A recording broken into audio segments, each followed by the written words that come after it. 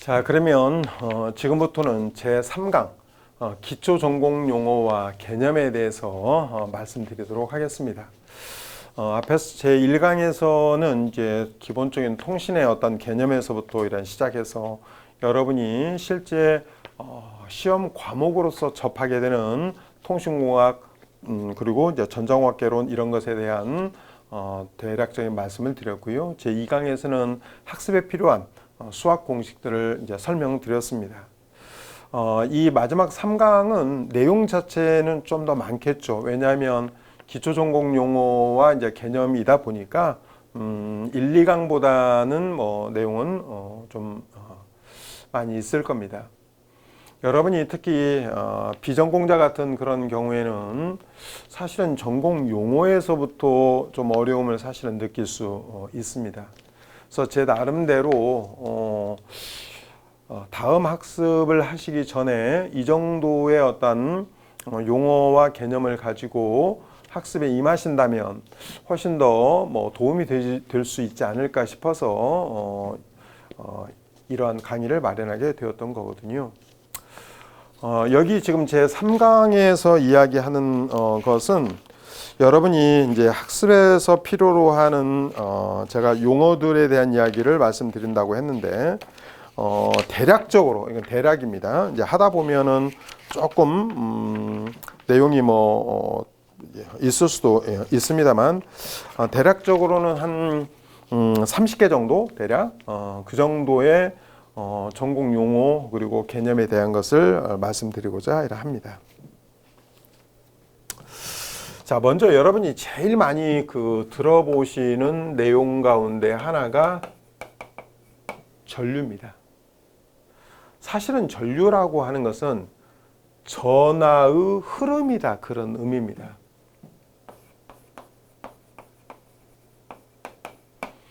자, 영어로는 current라고 이야기하고요. 그러니까 전류를 그럼 뭐라고 이런 정의하느냐? 이것은 시간에 따른 전하의 흐름이라고 이야기합니다. 시간에 따른 전하의 흐름.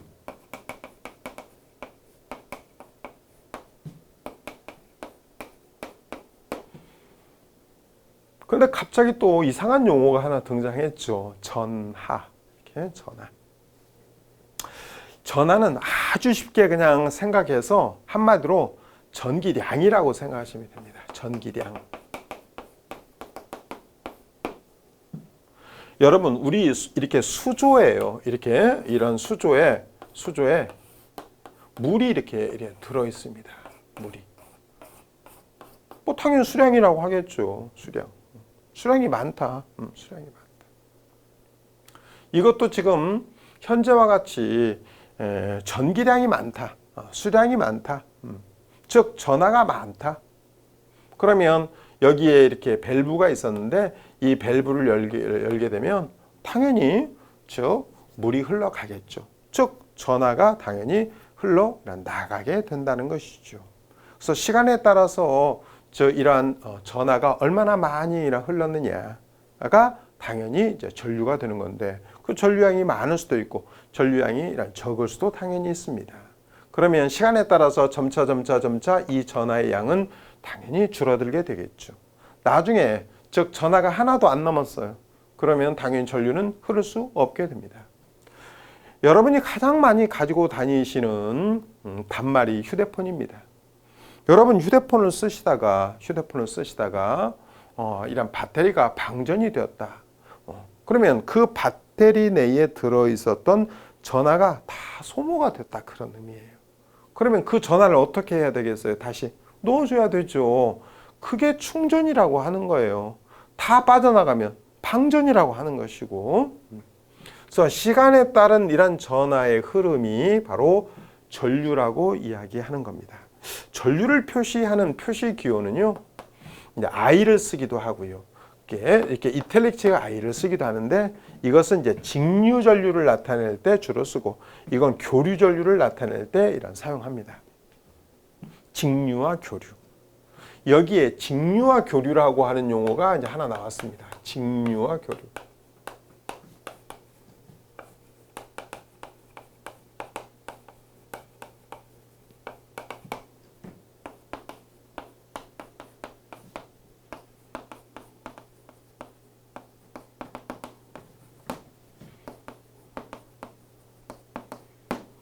여러분 이 앞머리만 따면요. 앞머리만 따면 이게 뭐예요? DC겠죠, 그죠? DC. 요건 앞머리만 따면. 자, alternating current, AC. 직류라고 하는 것은 시간에 따라서 일정합니다. 변화가 없다는 것이죠. 이게. 자, 시간에 따라서 그 크기와 방향이, 일정한 전류가 바로 직류라고 하는 겁니다. 직류. 변동이 없죠. 이렇게. 크기와 방향이 일정하다. 크기와 방향이 이렇게 일정하다. 교류 같은 경우에는 시간에 따라서 그 크기와 방향이 변하는 전류입니다. 자, 시간에 따라서 그 크기와 방향이, 이런 방향이 변하는 전류. 우리가 이제 위를 뭐 플러스, 밑에를 마이너스라고 한다면, 즉 커졌다가 작아졌다, 커졌다 작아졌다, 커졌다 작아졌다 이렇게 하면서 즉 크기와 이런 방향이 바뀌는 이런 전류를 교류라고 이야기합니다.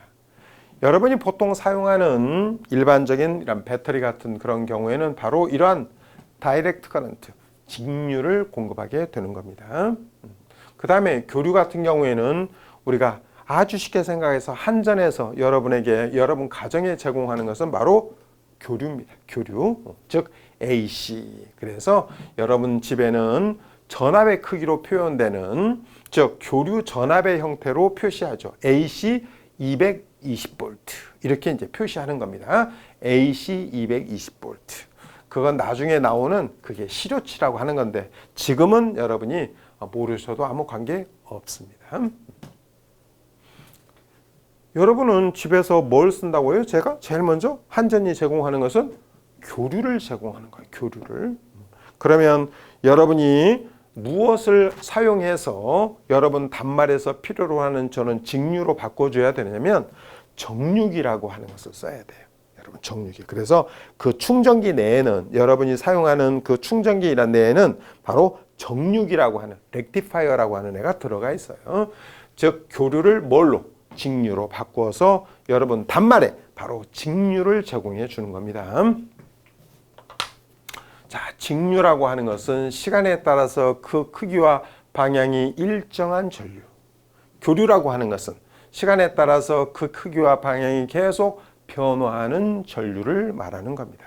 이게 전압 같으면은 직류, 전압. 교류 전압 같으면 전압 같으면 교류 같은 경우는 교류 전압 이렇게 이야기하는 거고요. 직류 전압, 교류 전압. 여러분 이제 보통 배터리 같은 그런 경우에 뭐 1.5V 그런 배터리가 많이 사용되죠. 교류 같은 그런 경우에는 여러분 집에 들어오는 뭐 AC 뭐 220V. 요건 시로치라고 했는데 우리가 보통 최대치 같은 경우는 여기다 곱하기 루트 2를 하셔야 돼요. 사실. 그러면 300V가 넘거든요. 그러니까 실제 최대치가 300V가 넘는다는 것은 여러분이 잘못해서 감전이 되면 위험할 수도 있다라고 하는 거예요. 뭐 사망까지는 아니라 하더라도 굉장히, 그리고 이제 실제는 전압이 중요한 건 아니고요. 전류가 굉장히 중요해요. 전류의 크기가 굉장히 중요하거든요. 그래서 전류의 크기가 여러분 몸을 오랫동안 큰 크기로 여러분 몸을 통과해서 흐르게 되면 즉 감전 사고가 일어날 수도 당연히 있는 거예요. 자, 일단 전류라고 하는 것은 시간에 따른 전하의 흐름입니다. 그래서 그 전하가 다 소모되면 다시 전하를 채워 넣어야 됩니다. 그게 충전이고 전하가 다 빠져나가는 것이 방전이라고 이야기했습니다. 자, 그러면 얘를 수식으로 나타낼 때 전류는 표시교를 제가 I를 쓴다고 그랬죠. 그런데 이게 보면 시간에 따른 전하의 흐름, 시간에 따른 전하의 흐름이다. 전하는 통상적으로 Q를 사용합니다. 표시기호로서 Q 또는 스몰 Q, Q. 단위로서는 쿨롱이라고 하는 것을 씁니다. 쿨롱.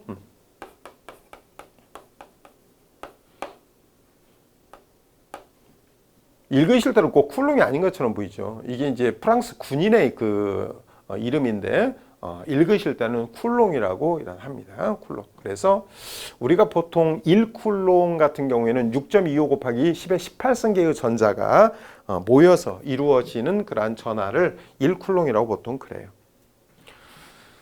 그렇다고 여러분이 뭐 그 숫자를 기억하는 그런 의미는 아니고요. 지금은 전체적인 개념을 파악하는 겁니다. 개념.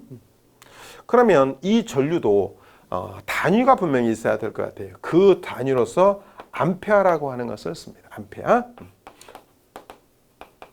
원래 이것은 원래 읽으실 때는 앙페르예요. 사실은 앙페르.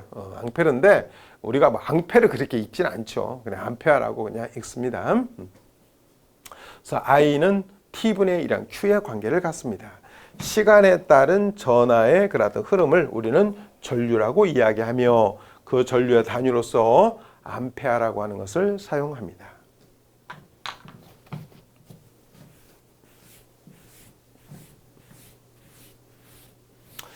여러분 여기에서부터 여기까지 뭔가 차가 있죠. 그죠? 물이 있으면 물의 높이, 수위가 있다. 수위. 뭐 우리가 물이 이렇게 있으면 수위가 몇 메타다. 그런 이야기 많이 하잖아요. 수위. 그러면 여기가 0이었을 때 여기가 100m다. 그러면 수위 차가 거의 100m가 있는 겁니다. 이렇게 수위 차가 있다라고 하는 것은 바로 얘가 에너지를 가지고 있다는 거죠. 그래서 이 에너지를 우리가 적절하게 좀 이용할 필요가 있어요. 자, 그러면 물의 높이차가 있어요. 물에 여러분 높이차가 없으면 그게 에너지를 안 갖죠. 근데 물의 높이차, 그러면 그 낙차를 이용해서 우리가 발전을 할 수도 있어요. 발전. 전기를 만들어내는 그런 발전을 할 수도 있어요. 그게 여러분 수력 발전이라고 하는 거예요. 그리고 석탄이라든가 석유라든가 이런 것이 가지는 에너지를 가지고 전기를 만들어낸다. 화력 발전이라고 하는 것이고요. 그 다음에 우리가 원자로에서 핵분열을 일으켜서 거기서 발생되는 에너지, 열이라고 하는 강력한 이런 열 에너지를 이용해서 발전하는 것이 원자력 발전이라고 하는 거예요. 그러면 결국 이렇게 수위의 차가 존재한다라고 하는 것은 에너지를 가지고 있다는 말이에요. 에너지. 우리가 통상 그러한 에너지는 어떤 형태로 이런 표시하느냐면 에너지는 통상 W라고 표시합니다. W. 그리고 단위로서는 줄이라고 하는 것을 써요. 이 에너지를 1이라고도 해요. 1 에너지. 이런 에너지를 그러면 공급해주는 그런 소자, 이 에너지를 공급해주는 소자, 자, 이런 에너지를 공급하는 이런 에너지를 이런 소자, 그걸 보통 얘를 전원, 즉 에너지를 공급하는 그러한 소자를 우리가 능동소자라고 이야기하는데, 이러한 능동소자의 가장 대표적인 것이 전원이에요. 능동소자. 얘의 가장 대표적인 것이 전원. 이 전원에는 뭐 전압원도 있고 뭐 전류원도 있는데, 자, 이렇게 수위의 차가 있으면, 즉 이와 같이 이걸 전위차라고 합니다. 전하의 차다 그런 의미니까 전위차. 위라고 하는 것은 높이다 그런 의미거든요. 전위차. 그러니까 전위차가 존재한다라고 하는 것은 곧 전압이 존재한다라고 하는 거예요. 전압이 존재한다. 즉 전위차, 전압. 전위차 또는 전위 또는 전압. 다 같은 의미로 이런 쓰이고 있습니다. 즉 전압이 존재하고 있다. 전위차가 존재하고 있다. 그러면 여러분이 통상 이와 같은 어떠한 배터리를 만약에 하나 가지고 있다. 그러면 자, 이게 플러스 이게 마이너스인데 여기 1.5V 이란 배터리가 예를 들어서 있었다. 이 전압의 단위는 볼트거든요. 볼트. 그 정도는 여러분이 일반 상식으로도 알고 있는 용어니까 전압의 단위 볼트. 1.5V. 여러분 1.5V라는 것은 말 그대로 여기가 0V고요. 여기가 플러스 1.5다 그런 의미예요. 즉 여기보다도 여기가 1.5만큼 높다 그런 의미예요. 전위의 차가 1.5다. 그럼 여러분이 나 여기다 플러스 마이너스라고 항상 표현하는데요. 그럼 플러스 마이너스가 이렇게 따로 이렇게 있는 건가요? 그건 아니고요. 여기보다 여기가 높으니까 여기는 플러스라고 표시하는 것이고, 여기는 여기보다 낮으니까 마이너스라고 표시하는 거예요. 여기는 1.5V라는 것은 여기가 0V였을 때 여기가 즉 5V만큼 높다 그런 의미예요. 자, 그러면 여기가 0m였을 때 여기가 100m. 그러면 수위에 차가 존재하죠. 즉 전위에 차가 존재한다. 여기에 전하가 가득 들었으면 저 전하의 차가, 즉 전위 차가 존재하고 있다라고 하는 것을 보여주죠. 그 전위 차가 바로 전압이라고 하는 거예요. 그걸 그냥 줄여서 전위라고도 하고 전압이라고 그냥 이야기하는 겁니다. 자, 그러면 이러한 전압 같은 그런 경우에는 무엇으로 통상적으로 이런 표시하느냐면, 자, 전압이라는 것은 바로 V라고 표시합니다. 표시기호로서는 V라고 하는 표시기호를 사용합니다. 자, 단위로서는 볼트라고 하는 것을 쓴다고 제가 그랬어요. 요 지금 이렇게 고딕으로 쓴 것은 주로 직류 전압을, 그 다음에 이렇게 이탈릭체의 형태로 쓴 것은 교류 전압을 나타낼 때 통상적으로 사용합니다. 자, 그러면 제가 방금 아까 에너지 이야기를 했는데요. 이렇게 수위차가 존재한다. 자, 전압이 존재한다. 전위차가 존재한다라고 하는 것은 얘가 일을 할 수 있다는 것을 의미하는 거예요. 즉 에너지를 가지고 있다는 것을 의미하고 있다는 것이죠. 현재와 같은 경우는 여기에 지금 에너지가 존재하고 있는 거예요. 에너지가. 이렇게. 그래, 에너지를 공급해주는 그런 어떤 소자가 바로 능동소자라고 하는 것이고, 그러면 에너지를 소비하는 소자가 또 있겠죠. 그 에너지를 소비하는 소자를 수동소자라고 이야기하는 거예요. 자, 그래서 약간 제가 여기다 간격을 좀 남겨놨는데, 자, 에너지를 소비하는, 이 에너지를 소비하는 소자. 자, 이 에너지를 소비하는 소자를 수동소자라고 하는 거예요. 수동소자. 이 수동소자의 가장 대표적인 것이 뭐냐? 가장 대표적인 것이 첫 번째 바로 저항이에요. 우리가 보통 저항기라고 하는데, 저항기, 인덕터. 코일이라고 보통 그러고요. 인덕터. 그리고 캐패시터. 여러분이 콘덴사라고는 들어보셨을 거예요. 콘덴사, 캐패시터. 콘덴사, 캐패시터. 자, 이 지금 이 저항기 같은 그런 경우에는 저항기라고도 하고 뭐 저항체라고도 이야기합니다. 이렇게. 이것은 영어로는 레지스터예요. 레지스터. 이것은 인덕터라고 하는 것이고요. 자, 이것은 캐패시터. 콘덴사.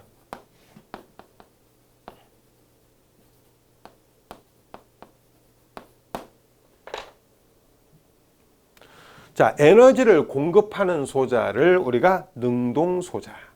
자, 에너지를 소비하는 그런 소자를 수동소자라고 이야기합니다.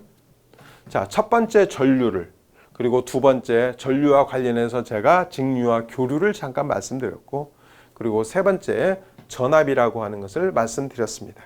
전압은 위에다가 제가 써놨기 때문에 여기다 따로 쓰지는 않았습니다. 전위차, 전위. 이렇게. 이 전압 같은 그런 경우에는 이렇게 Q분의 W 이런 식으로도 구할 수 있습니다. 이것은 요게 아까 제가 전하라고 그랬죠. 그래서 여기에 1쿨롱의 전하를 운반하는데 1줄의 에너지가 만약에 필요하다. 그러면 즉 두 지점 간의 전위차가 이렇게 어떤 두 지점, 여기와 여기다. 그러면 두 지점 간의 전위차, 전압이 1V라고 이야기합니다. 그래서 1쿨롱의 전하를 운반하는데, 자, 1줄의 에너지가 만약에 필요하다면 두 지점 간의 이런 전위차가, 두 지점 간의 전위차가 1V입니다. 그래서 V는 Q분의 W라고 하는 공식이 성립하는 거예요. 그래서 I는 T분의 Q라고 하는 공식이 이제 굉장히 사실은 중요하고요.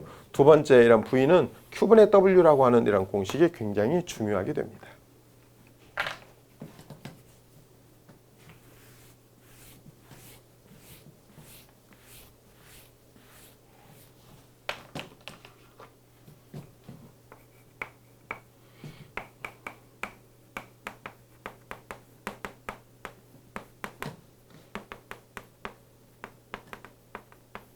자, 능동소자는 에너지를 공급해주는 그런 소자라고 한다고 그랬죠. 가장 대표적인 것이 전원이라고 그랬습니다.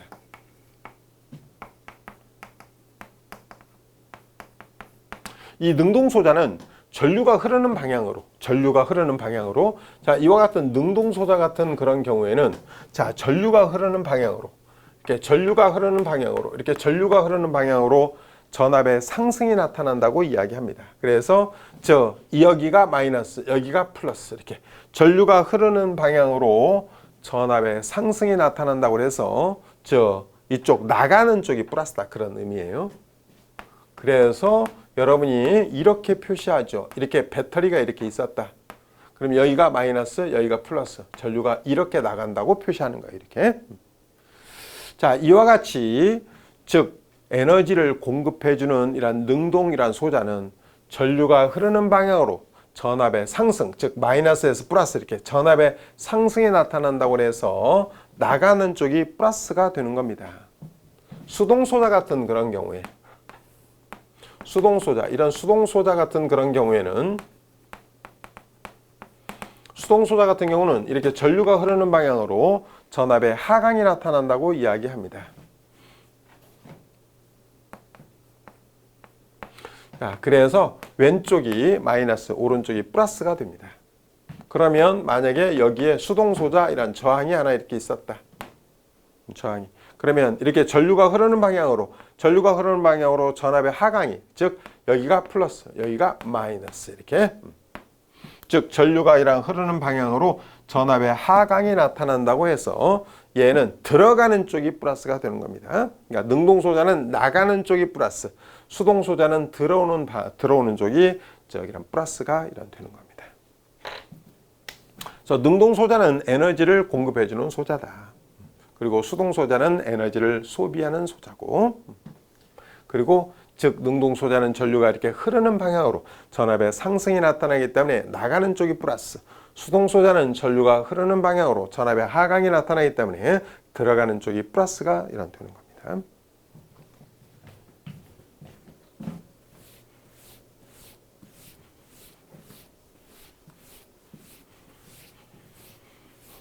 여러분이 전력이라고 하는 그런 용어를 많이 들어보시죠. 전력.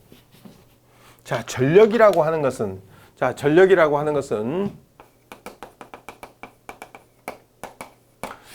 전압하고 전류를 곱해도 얻을 수 있고요. 자, 요 P라고 쓴 것은 파워 그런 의미입니다. 그래서 전력, 파워. 단위로서는 와트라고 하는 것을 썼습니다. 와트요. 자, P는 VI의 관계를 갖고 있습니다. 전압 곱하기 전류. 자, 두 번째로서는 전력은 시간분의 에너지입니다. 시간분의 에너지. 자, 시간분의 에너지. 얘는 제가 단위가 줄이라고 한다고 그랬죠. 에너지는요. 시간은 세컨드고요. 그러면 단위가 당연히 뭐가 되겠어요? 줄 퍼 세컨드가 되겠죠. 그래서 와트를 쓰셔도 좋고요. 줄 퍼 세컨드를 쓰셔도 이런 됩니다. 자, 시간에 따른 에너지가 바로 이런 전력입니다.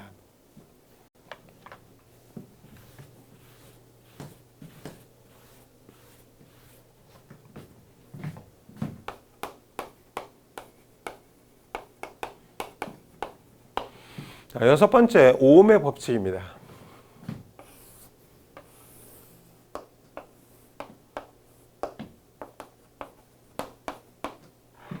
자, 오음의 법칙이라고 하는 것은 무엇을 의미하는 것이냐면 전류와 저항과 전압의 관계를 나타낸 것이 바로 오음의 법칙이라고 하는 겁니다.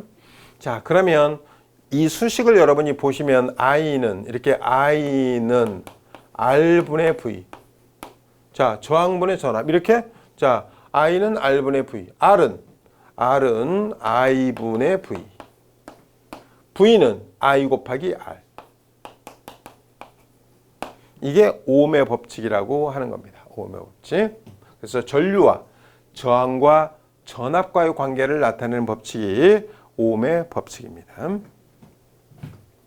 여기 제가 지금 R이라고 이런 써놓은 것이 하나 있는데, 이 R이라고 이런 써 있는 것은 레지스턴스라고 하는 겁니다.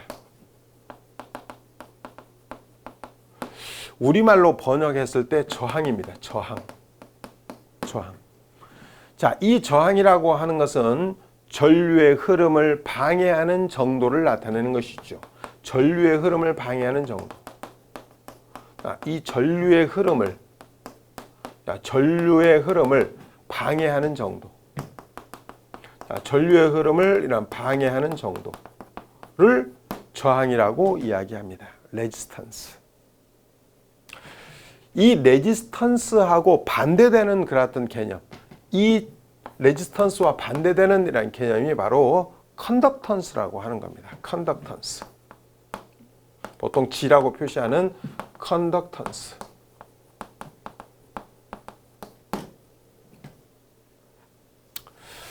자, 여기 지금 레지스턴스의 단위로서는 오음이라고 하는 것을 썼습니다. 오음.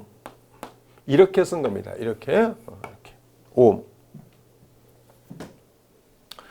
자, 컨덕턴스 같은 그런 경우에는 레지스턴스의 반대니까, 즉 전류의 흐름을 방해하는 정도가 아니고 잘 흐르게 할 수 있는 정도겠죠. 그래서 보통 이런 컨덕턴스 같은 경우는 보통 G라고 많이 이런 표시하고요. 얘는 바로 R분의 1의 개념이 되겠죠. 그러면 단위는 당연히 이 오음을 거꾸로, 이걸 거꾸로 이렇게 하면, 자, 얘를 읽을 때는 오음이라고 읽었는데 얘는 거꾸로 쓰면 이렇게 썼겠죠. 그래서 읽으실 때도 모라고 읽습니다. 이렇게. 그래서 레지스턴스라고 하는 것이 바로 전류의 흐름을 방해하는 정도. 레지스턴스라고 하는 것은 여러분 뭐 옛날 2차 세계대전에도 레지스탕스 뭐 그런 거 나오죠. 레지스탕스. 그게 바로 뭔가 저항한다 그런 의미거든요. 저항군이다 그런 의미거든요. 자, 전류의 흐름을 방해하는 정도를 레지스턴스, 그리고 그 단위로서는 오음을 씁니다. 그러면 여러분이 실제 이제 눈에 보이는 저항이 있어요. 눈에 보이는.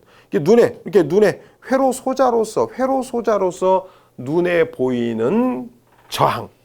그것은 원래 저항기라고 하는 겁니다. 저항기, 저항체, 저항기, 레지스터, 저항기, 저항체,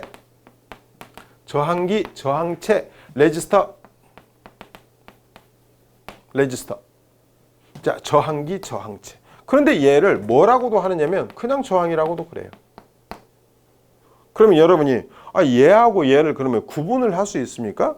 예, 구분이 가능해요. 이 저항의 저항은, 여러분 제가 지금 방금 이 저항의 저항은 그랬죠. 그러면 이 저항의 저항은, 그러면 앞에 있는 저항은 레지스터를 말하는 것이고, 이거 레지스터를, 뒤에 있는 저항은 레지스턴스를 말하고 있었던 겁니다. 그래서 여러분이 그냥 들어보면 아는 거고요. 그래서 이것도 저항, 이것도 저항 하니까 좀 헷갈려 하는데 그렇지는 않고요. 여러분이 딱 용어를 들어보면 금방 알 수 있습니다. 자, 오음의 법칙은 전류와 그다음에 저항과 그다음에 전압의 관계를 나타내는 법칙을 오음의 법칙이라고 이야기하고요. 더 중요한 것은 이 레지스턴스의 반대가 컨덕턴스라고 하는 겁니다. 그리고 단위는 모라고 제가 이야기했습니다.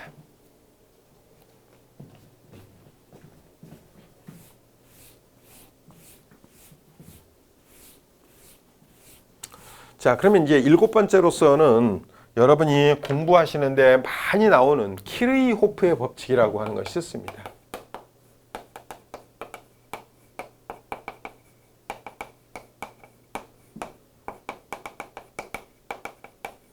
키르이호프의 법칙. 저 사람 이름이겠죠, 당연히. 이 키르이호프의 법칙에는 제1법칙이라고 하는 것이 있고요. 키르이호프의 제1법칙이라고 하는 것이 있고, 키르이호프의 제2법칙이라고 하는 것이 있습니다. 자, 키르이호프의 제1법칙과 키르이호프의 제2법칙. 키르이호프의 제1법칙은 키르이호프의 전류법칙이라고 해서 KCL이라고 표시합니다. 이 KCL에서 K는 키르이호프를 말하고 있고요. 이건 커런트, 이건 로다 그런 의미입니다. KCL. 영어로 반드시 이 영어로 이 KCL을 알아두셔야 된다 그런 의미입니다. 제1법칙 KCL. 제2법칙은 키르이호프의 전압법칙이라고 해서 KVL이라고 합니다. KVL. 자, 키르이호프의 제1법칙은 전류법칙이다. 자, 키르이호프의 제1법칙은 전류법칙. 키르이호프의 제2법칙은 이런 전압법칙. 여러분 여기에 한 점이 이렇게 있었어요. 야, 여기에 뭐 들어오는 전류도 있고 뭐 나가는 전류도 있겠죠. 이렇게. 자, 들어오는 전류 I1, I2, 나가는 전류 I3, I4 뭐 이렇게 이렇게 제가 이제 잡았어요. 그러면 이걸 다 더하면 0이다 그런 의미예요. 자, 그러면 들어오는 것과 나가는 것이 방향이 반대잖아요. 그러니까 만약에 들어오는 것을 플러스로 잡는다면 나가는 것을 마이너스로 이런 잡으면 되겠죠. 그래서 이걸 유입하는 전류라고 하고 이건 유출하는 전류라고 그랬죠. 그러니까 유입되는 전류와 유출되는 전류의 총합 다 더하면 0이다 그런 의미예요. 그게 키르요프의 제1법칙이라고 하는 거예요. 즉 유입되는 전류와 유출되는 전류의 총합은 0입니다. 자, 유입되는 전류와 유출되는 전류의 총합은 0입니다. 자, 제가 실제 회로를 이용해서 자, 여기에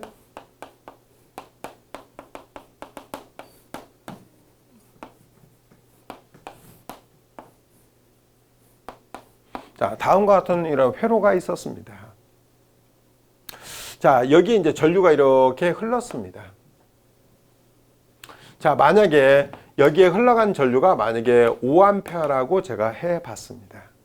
자, 5A. 그러면 요 지점을 향해서 지금 5A가 흘러 들어왔는데 자, 나갔다.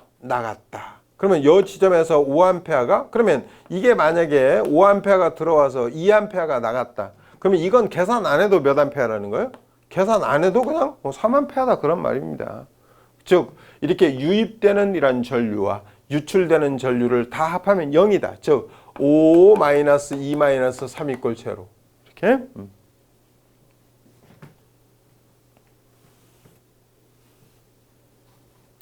자, 키르요프의 제1법칙은 이와 같이 어느 한 점에 유입 및 유출되는 전류의 총합은 제로입니다. 이렇게. 자, 그러면 키르요프의 제2법칙은 뭘까? KVL 전압법칙. 얘는 역시 이것도 제가 간단하게 회로를 하나 이런 그려서 그냥 이야기하도록 하겠습니다. 자, 여기에 10V의 직류 이런 전원이 있었습니다. 물론 직류 전압원입니다. 자, 여기에 저항이 있었고요. 여기에 이제 저항이 있었고, 자, 여기에 이렇게 저항이 있었습니다. 자, 얘는 지금 능동 소자이기 때문에 나가는 방향이 플러스입니다. 이렇게. 그래서 전류가 한 바퀴 이렇게 돌아서 이렇게 흘렀다 그런 의미예요. 얘는 지금 이건 지금 저항체. 이것도 다 저항체. 우리가 레지스터라고 하는 저항체. 그래서 이 저항체가 가지는 전류의 흐름을 방해하는 정도가 바로 레지스턴스다 그런 의미예요. 그래서 10kΩ짜리도 있고 1kΩ짜리도 있고 500Ω짜리도 있고 다양하게 있겠죠. 그래서 이것은 지금 현재 레지스턴스가 10kΩ이다 그런 의미예요. 얘는 1메가오음일 수도 있고 얘는 500Ω일 수도 있고 여러 가지 이렇게 있을 수 있겠죠. 아무튼 여기에 전류가 이렇게 흘렀다. 그래서 자, 여기에 만약에 5V가 만약에 강화되었다. 자, 플러스 마이너스. 자, 여기도 수동 소자니까 전류가 흐르는 방향으로 유입되는 요게 들어가는 쪽이 플러스라고 그랬으니까 들어가는 쪽. 자, 그러면 여기에 5V가 강화되었다. 여기에 만약에 3V가 강화되었다. 3V가 강화되었다. 자, 그러면 여기에는 그럼 몇 볼트가 강화되나요? 이건 계산 안 해도 2V다 그런 말이에요. 이렇게. 자, 여기에 10V를 공급해서 여기에 5V가 강화되고 여기에 3V가 강화되고 이게 플러스 마이너스니까 강화됐다고 그래요. 자, 5V가 강화되고 3V가 강화되었다. 그러면 나머지는 몇 볼트예요? 2V? 2V가 강화되었다. 그런 의미예요.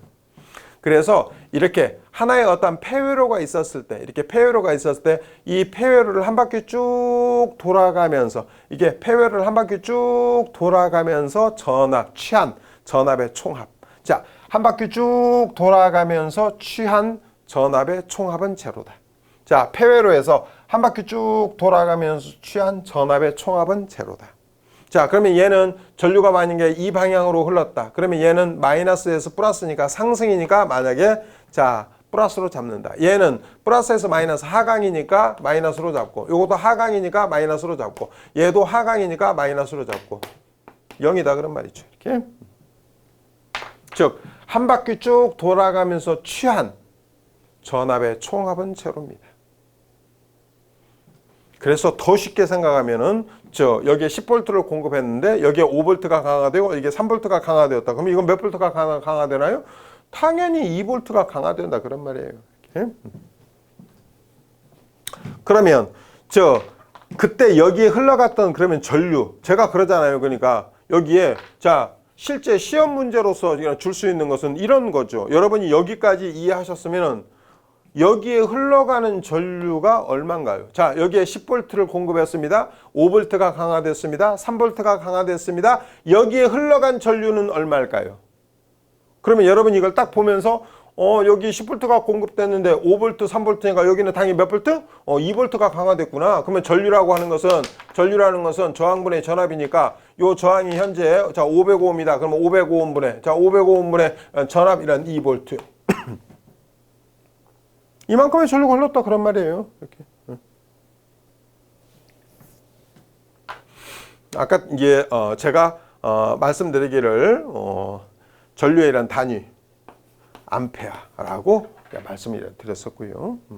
여러분이 이거 만약에 2 나누기 5 해가지고 2 나누기 5 나누기 2에서 0.4 그러면 얘가 지금 0.4 이렇게 2 나누기 5 해서요. 그리고 요거 10의 이제 제곱이거든요. 10이 두 개가 있잖아요. 위로 올라가면 10의 마이너스 2승이 돼요. 이렇게. 그러니까 100분의 1 그러면 당연히 이것은 10의 마이너스 2승. 1000분의 1 그러면 10의 마이너스 3승. 만분의 1 10의 마이너스 4승. 이렇게? 이렇게. 그러면 얘는 지금 0.4 곱하기 10의 마이너스 2승. 그러면 얘는 4 곱하기 10의 마이너스 3승. 그래서 여러분이 실제 저한테 이런 내용을 서서 안 배웠다 하더라도 최소한 젊은 사람들이 요새 이게 밀이라고 하는 정도를 많이 알아요. 그러면 요거 안 써주는 대신에 4 미리암페어 이렇게 쓰는 거예요. 이렇게 4 곱하기 10의 마이너스 3승 암페어를 4 미리암페어 이렇게 쓴다고요. 나중에 제가 미리 그 다음에 마이크로, 피코, 펜토 이런 거 말씀드리겠습니다만 최소한 여러분이 미리 정도는 알 것 같아서 제가 그냥 여기까지 한번 이어서 말씀을 드려봤어요. 키로요페의 제1법칙은 전류법칙으로서 유입 및 유출, 즉 어느 한 지점에 유입 및 유출되는 전류의 총합은 0입니다. 제2법칙이라고 하는 것은 즉 한 바퀴 쭉 돌아가면서 이 폐회로에서 한 바퀴 쭉 돌아가면서 취한 전압의 총합은 제로입니다. 근데 여러분 총합이 0이다, 총합이 0이다 이렇게 하는 것보다는 사실은 이게 더 쉬운 개념이죠. 5A 들어가서 2A 흘렀다 그러면 이건 몇 암페어냐? 3A다 그런 말이거든요. 그게 키로페의 제1법칙이에요. 여기 10V를 공급했는데 여기 5V 강화됐다, 3V 강화됐다. 여기에 몇 V 강화됩니까? 2V 강화된다. 그게 키로페의 제2법칙이고. 괜히 KCR, KVR 그러니까 거창한 무슨 법칙처럼 보이는데 그건 아니고요. KCR과 KVL의 용어를 반드시 기억하셔야 됩니다.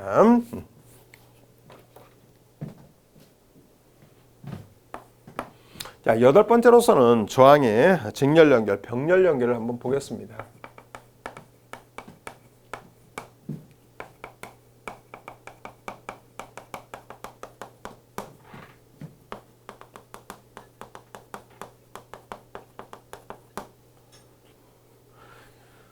여러분 저항만 직렬 연결, 병렬 연결이 있는 건 아니에요. 그러니까 인덕터의 직렬 연결, 병렬 연결도 있는 것이고 콘덴서의 직렬 연결, 병렬 연결도 당연히 있는 겁니다. 지금은 여러분이 처음에 이 과목을 공부하시기 위해서 기본적으로 필요한 내용은 바로 이제 저항이니까 저항에 대한 것을 보는 겁니다. 이러한 저항이 이렇게 여러 개가 이거 두 개를 제가 그려놨는데요. 얘가 가지고 있는 이 저항, 이 레지스터가 가지고 있는 레지스턴스가 R1 오음이다. 그 다음에 이 뒤에 있는 레지스터가 가지고 있는 레지스턴스가 R2 오음이다. 이렇게 두 개의 이런 저항이 직렬로 연결되어 있었다. 그러면 전체. 자, 그러면 여기에 어떤 전압이 있었고, 자, 전압이 있었고 전류가 이렇게 흘렀다. 자, 그러면 여기가 플러스 마이너스.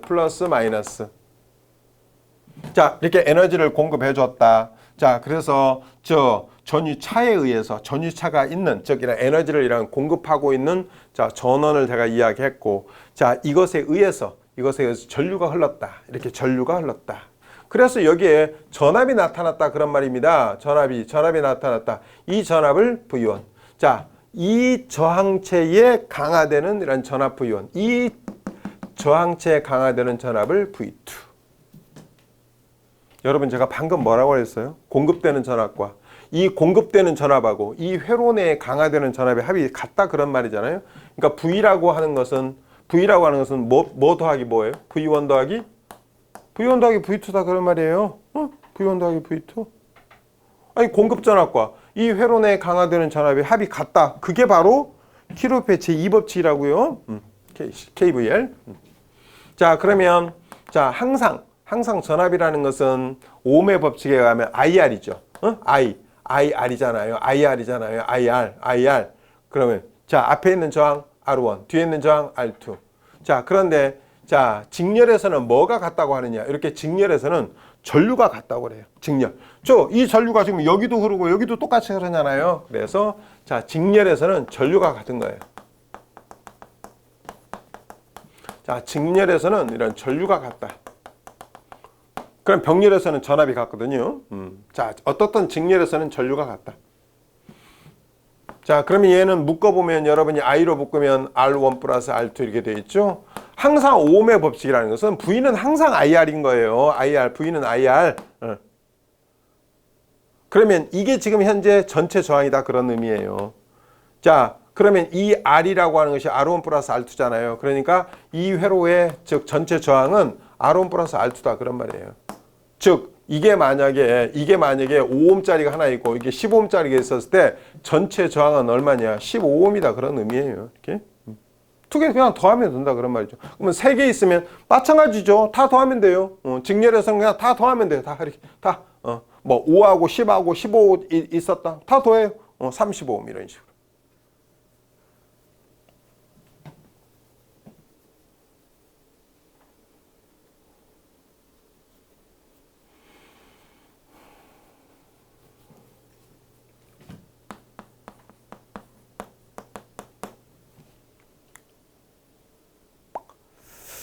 여러분 여기에 흘러가는 이런 전류를 모르고 이 전류를 알지 않아도 우리가 R1, R2, V만으로도 V1을 구할 수 있느냐?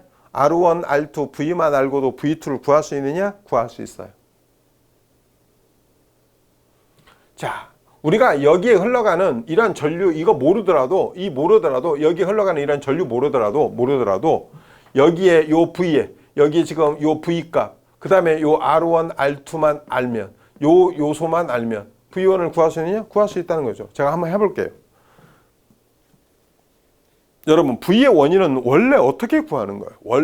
원래 V는 IR의 포맷이잖아요. 자, 이 V1은 I 곱하기 R1. 이 I는 뭐냐? 어떻든 이 회로에 흘러간 전류잖아요. 이 회로에 흘러간 전류. 그죠? 이 회로에 흘러간 전류. 그럼 전류는 항상 몇 분의 뭐예요? 전체 저항분의 전압이죠?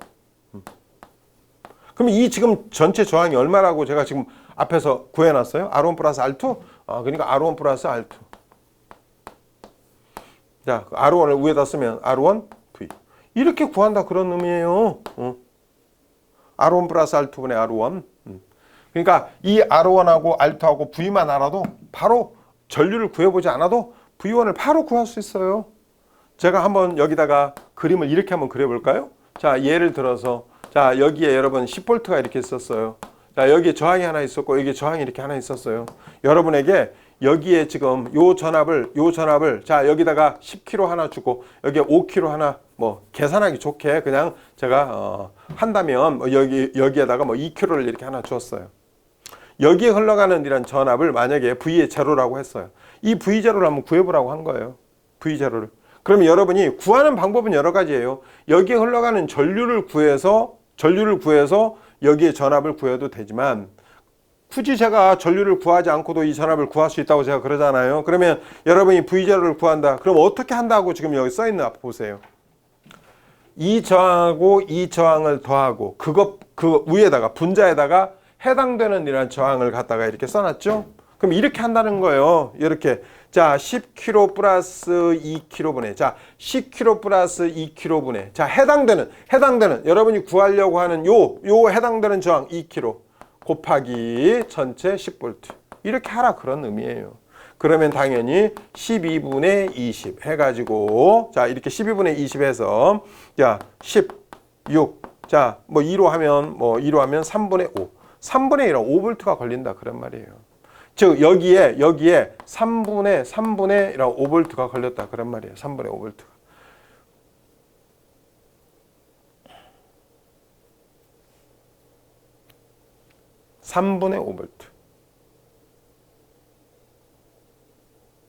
여러분 그러면 이건 계산 안 해도 여기에는 몇 볼트가 걸렸을까요? 이게 지금 10V니까 10V에서 3분의 5V만 빼면 여기에 바로 걸리는 전압이 나오겠죠. 그죠? 10V라는 것은 뭐 3분의 30이니까 이게 3분의 25V였겠죠.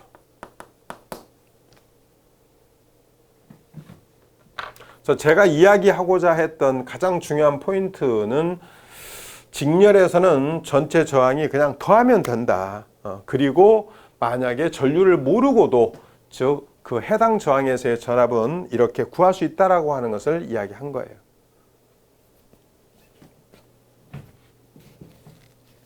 자, 병렬 연결 같은 그런 경우에는 저항을 다음 그림처럼 연결해 놓은 거예요.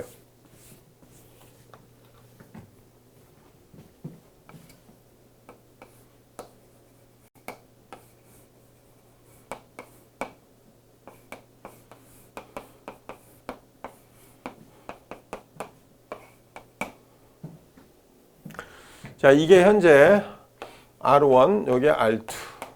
자, 그러면 전류가 여기까지 흘렀어요. 그러면 전류가 이제 여기를 만나서, 자, 이게 찢어지는 거예요. 이렇게 나눠져서 흘렀다. 그러면 이 지금 전체 I, 여기는 I1, 여기 I2라고 자, 한다면, 자, 키로페 제1법칙.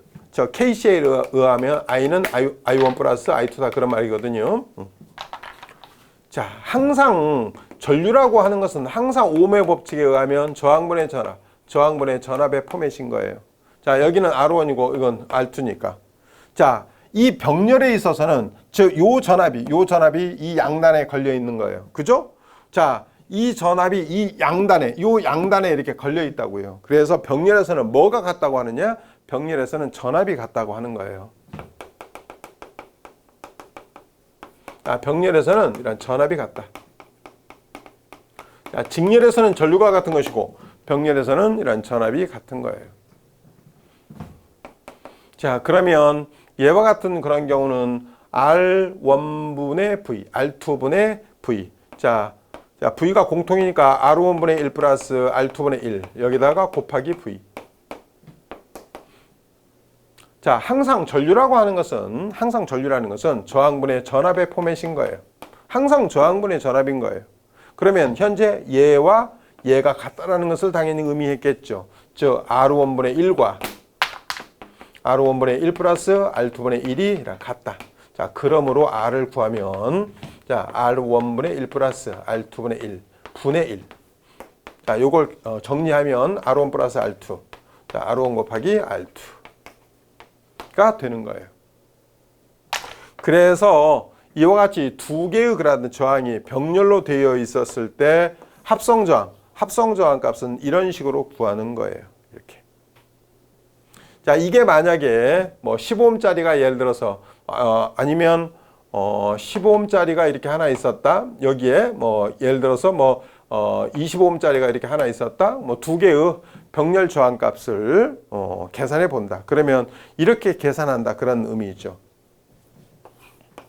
더 쉽게 만약에 더 작은 것을 한번 써볼까요? 제가 이렇게 하면 저 숫자가 좀 더 커지니까 뭐 2ohm짜리가 하나 있었고 3ohm짜리가 이렇게 하나 있었다. 합성저항은 얼마인가요? 합성저항은 이렇게 하면 된다는 거죠. 2 플러스 3, 2 플러스 3, 2 곱하기 3, 5분의 6, 1.25입니다. 그런 의미죠. 1.25.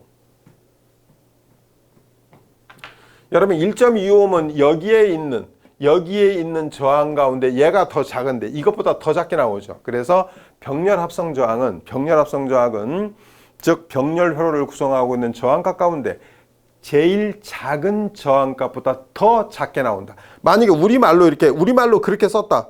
맞는 말인가 틀린 말인가도 알아야 되는 거예요. 여러분이 단순하게 이렇게 계산하는 것도 알아야 되겠지만은 말로 만약에 그렇게 쓰여 있다라고 하는 것도 충분히 고르실 수 있어야 돼요.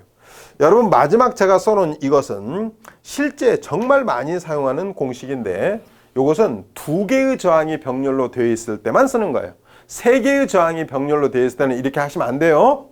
그러니까 제가 이렇게 하면 안 된다고 이야기하는 게 무슨 의미냐면 R1 플러스 R2 플러스 R3 요거 분의 R1 곱하기 R2 곱하기 R3 이렇게 하면 안 된다 그런 말이에요. 이렇게 이건 2개의 저항이 병렬로 연결되었을 때만 쓰는 거예요. 그러면 3개의 저항이 여러분이 병렬로 연결되었을 때는 그럼 어떻게 합니까? 이렇게 해야 되는 거예요. 이렇게. 자, R1분의 1 플러스 R2분의 1 플러스 R3분의 1 분의 1 이렇게.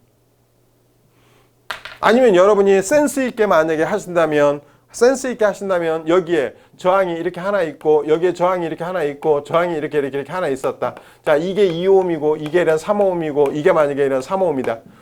그러면 이렇게 하면 안 되겠죠, 여러분. 이렇게 할 필요가 없겠죠. 왜냐하면 이 2개만 먼저 계산하고 다시 이거하고 계산하면 당연히 될 테니까. 그러면 3옴하고 3옴 하면 1.5옴, 1.5옴하고 2옴 이렇게 병렬로 계산하시면 금방 나올 수 있겠죠. 아니면 여러분이 여기 뭐 얘하고 얘를 먼저 계산해서 1.25옴. 그러면 요거하고 다시 3옴의 병렬 합성 저항을 구하시면 되는 거예요.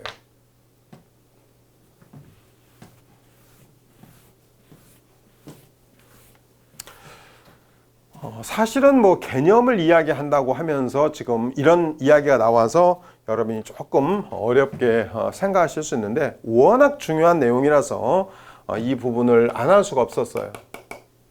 자, 여러분이 만약에 이 I1을 구한다. I1을 그러면 이 저항값 요런 거 여기에 흘러가는 이 I1을 이 저항값들하고 요런 거 모른다 하더라도 요 V를 모르고도 뭐 이렇게 이런 I하고 R1, R2만 알고도 구할 수 있느냐? 구할 수 있어요. 자, 이것도 제가 워낙 중요한 거라고 했는데 자, I의 원을 만약에 구한다. 그러면 I의 원이라는 것은 원래 R1분의 V인 거예요. 이 V라고 하는 것은 I 곱하기 R이거든요. 그러니까 전체 전류 곱하기 전체 저항값이에요. 그러면 전체 전류. 자, 전체 저항값은 방금 했듯이 R1 플러스 R2. 자, R1 곱하기 R2. 거기다가 R1. 얘하고 얘 지웠어요. 그럼 뭐만 남았다는 거예요? 결국 남은 것은 자, R1 플러스 R2. 요거 분의 R2. I. 이렇게 남았다 그런 말이죠. 즉 이 전류를 구하는 데 있어서 R1 플러스 R2를 하고 반대편 저항이 여기에 써 있죠. 반대편 저항 그리고 곱하기 전체 전류를 했다는 것을 금방 알 수 있다는 것이죠. 자, 여기에 10A가 흘렀습니다. 자, 여기에 저항이 있었고 여기에 저항이 있었습니다. 자, 이렇게 저항이 있었습니다. 자, 이게 만약에 이게 뭐 15옴짜리가 있었고 이게 만약에 5옴짜리가 예를 들어서 있었다. 그러면 여기에 흘러가는 이런 전류를 I1이라고 했었을 때 이 I1을 구해보세요. 그럼 I1을 이렇게 구한다 그런 말입니다. I1은 자, I의 원을 구하는 10 플러스 5 10하고 5를 하시고 그리고 이걸 쓰시면 안 되고 요 반대편 저항 5 거기다 곱하기 전체 전류 10A. 자, R1 플러스 R2 하고 반대편 저항 R2 거기다 곱하기 전체 전류. 자, 10 플러스 5를 한 다음에 반대편 저항 5 이렇게. 그래서 15분의 50. 대략 한 3.3A 정도 흘렀겠죠. 자, 그러면 즉 얘가 만약에 여기에 만약에 3.3A가 흘렀다. 그러면 이건 계산 안 해도 얼마라는 거예요. 그러니까 계산 안 해도 6.7A가 흘렀다 그런 말이에요. 그게 KCL이라고요. KCL 기록표 전류법칙. 자, 10A가 흘렀다. 이쪽에 3.3A가 흘렀다면 이쪽은 당연히 6.7A가 흐른 거죠. 이렇게 해놓고 이 양단에 뭐 걸리는 전압을 구해보라고 할 수도 있는 거고. 자, 그래서 저항의 직렬 연결과 병렬 연결은 워낙 중요한 내용이라서 제가 다시 한번 말씀을 드렸고요. 자, 이제 단락과 개방이라고 하는 것을 잠깐 이야기하고 그 다음에 인덕터, 인덕턴스, 뭐 그 다음에 콘덴서하고 이런 캐패시턴스 정도 이야기를 하도록 하겠습니다.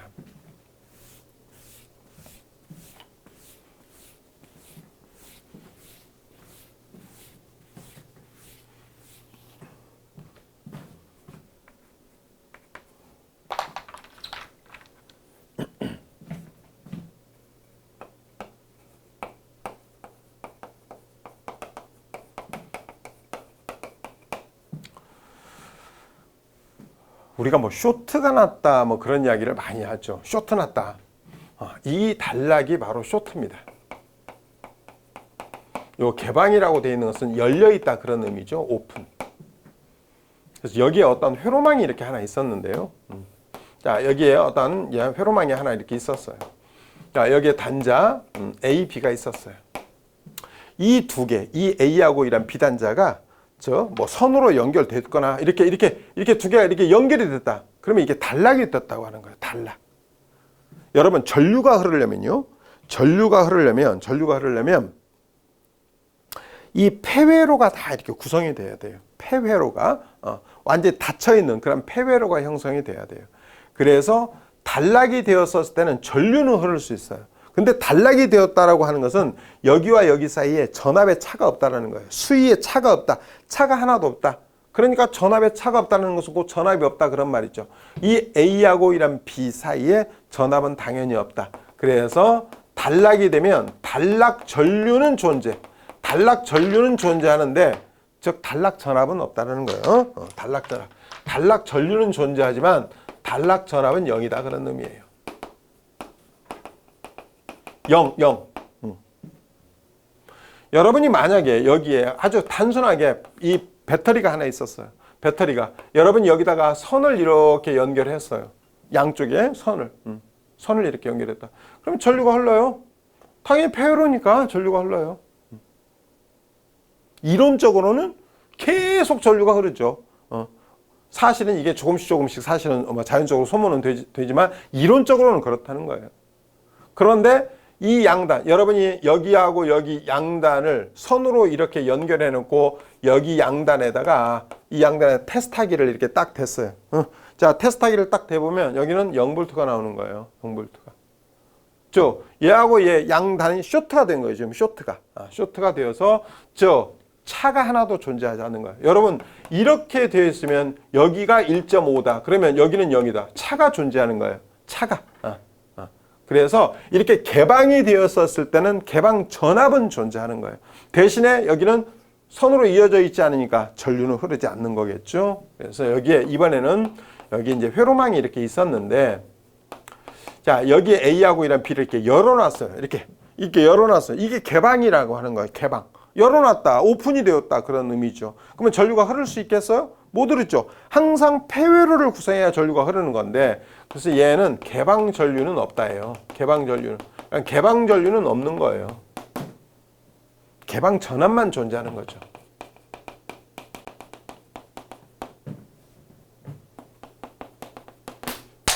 자, 개방 전압은 존재하고. 오케이? 그래서 단락과 개방이라고 하는 것이 무슨 의미인가? 즉, 자, 단자 A하고 이런 B를 선으로 이렇게 연결했다. 단락이 되었다. 쇼트가 되었다고 이야기한다. 쇼트. 그래서 단락 전류는 존재할지 몰라도 단락 전압은 0인 거고. 자, A하고 B가 즉 개방이 되었다. 그러면 개방 전류는 없고 단지 개방 전압만 존재하는 거예요.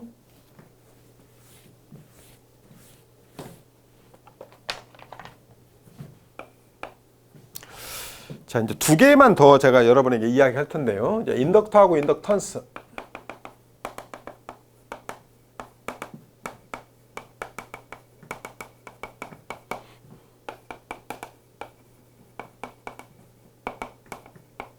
인덕터는 코일이라고도 그래요. 코일. 여러분이 이제 전자 회로 소자에 보면요. 요렇게 꼬불꼬불하게 이렇게 말려 있는 요렇게 선을 이렇게 꼬불꼬불하게 말려져 있는 요런 형태의 전자 소자가 있어요. 이게 인덕터라고 그래요. 인덕터 또는 코일이라고 그냥 하죠. 자, 여기에 전류가 흐르잖아요. 이렇게 전류가 이렇게 흐르게 되면 이 인덕터는 뭐를 하는 소자냐? 인덕터는 전류가 흐르면은 자속을 발생시키는 소자예요.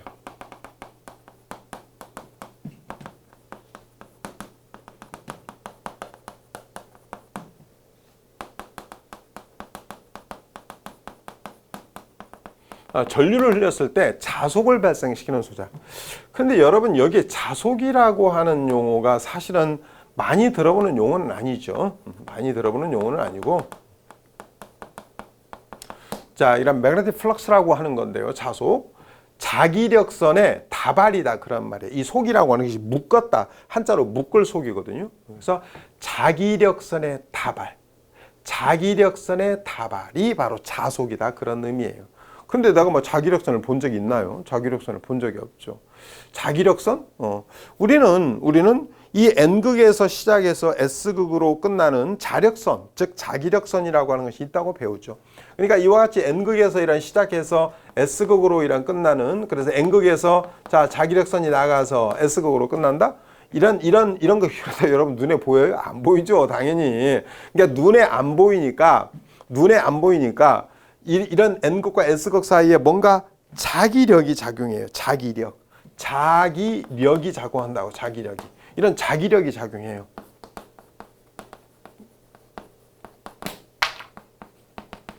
자, 이런 자기력이 작용한다고.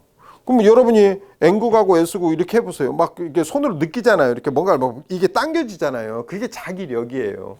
그 자기력이라면 눈에 안 보이니까 이 자기력을 눈에 보이게끔 이렇게 가상적으로 이렇게 그려놓은 선이 자기력 선이에요.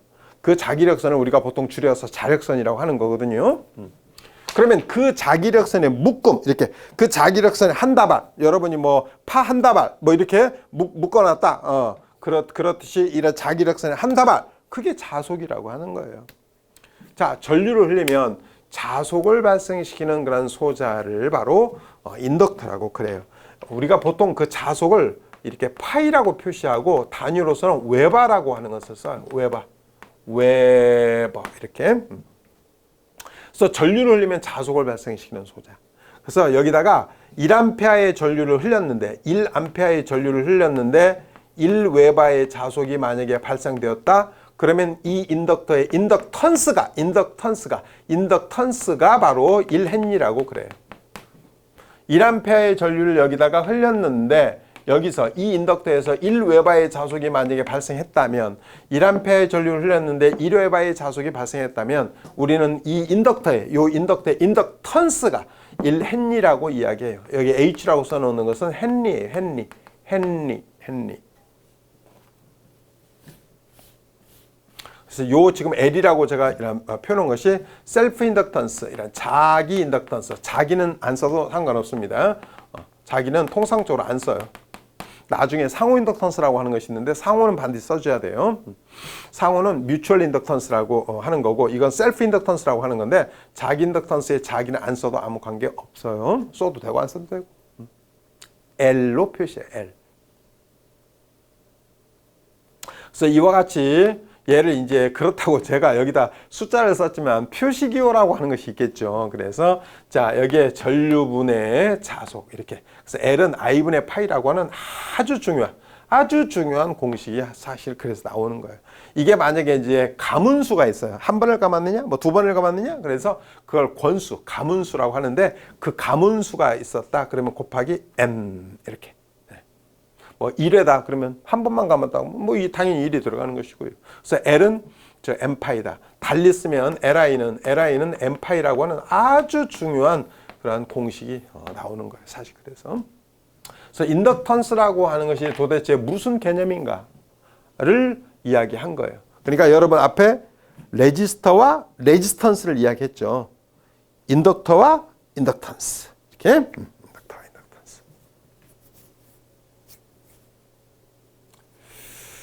아까 같은 레지스턴스 같은 그런 경우도 여러분 레지스턴스 같은 그런 경우도 I분의 1은 V 그러면 1A의 전류를 흘렸는데 만약에 1V의 이런 전압이 만약에 강화되었다 그러면 그때의 이런 그 레지스터가 가지고 있는 레지스턴스가 1옴이다 뭐 당연히 이렇게 이야기할 거예요. 그렇듯이 이런 인덕턴스도 1A의 전류를 흘렸는데 1웨바의 자속이 발생했다면 그 인덕터의 인덕턴스는 1헨리라고 이야기한다 그런 말이에요. 자, 그러면 이제 오늘 요 마지막 내용으로서 콘덴사하고 캐패시턴스에 대한 이야기를 하도록 하겠습니다.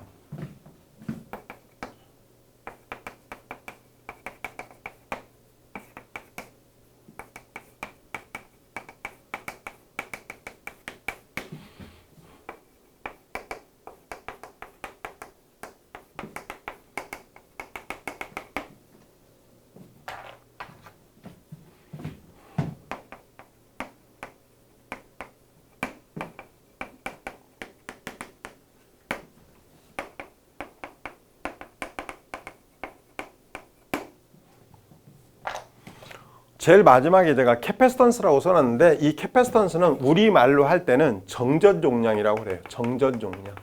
정전 용량. 캐패시턴스 정전 용량.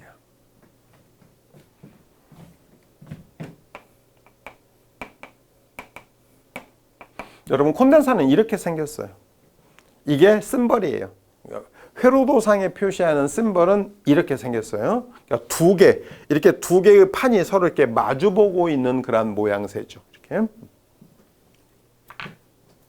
물론 여러분 이 길이 이렇게 하시면 안 돼요. 이것은 직류 전원을 나타내는 심벌이고 이건 콘덴사를 나타내는 심벌이고요. 자, 그러면 이게 두 개의 극판을 이렇게 마주보게 해서 만들어 놓은 전자 소자예요.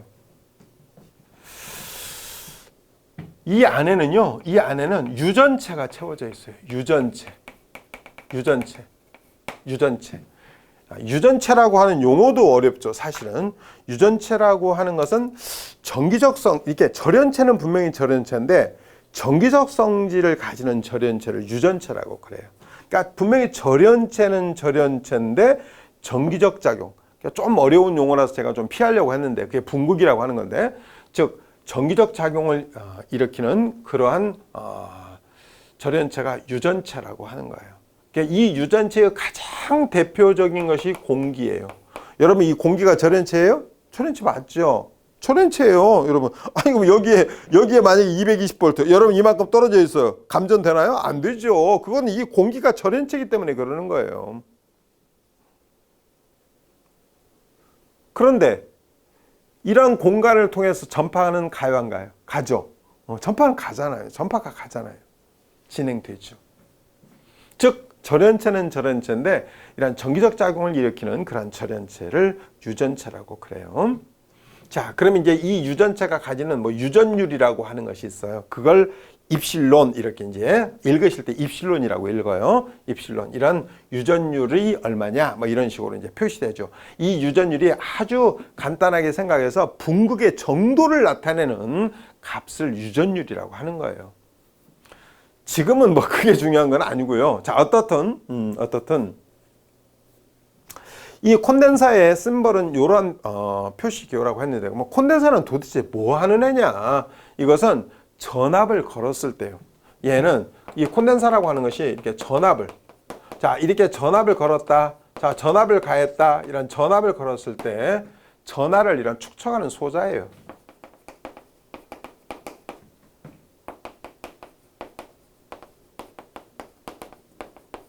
그러면 내가 만약 여기다 1V에 이런 전압을 걸었는데,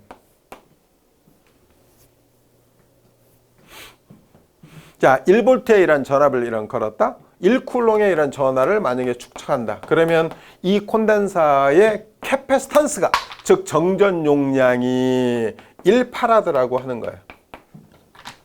자, 여기 F라고 써놓은 것은 파라드입니다. 파라드.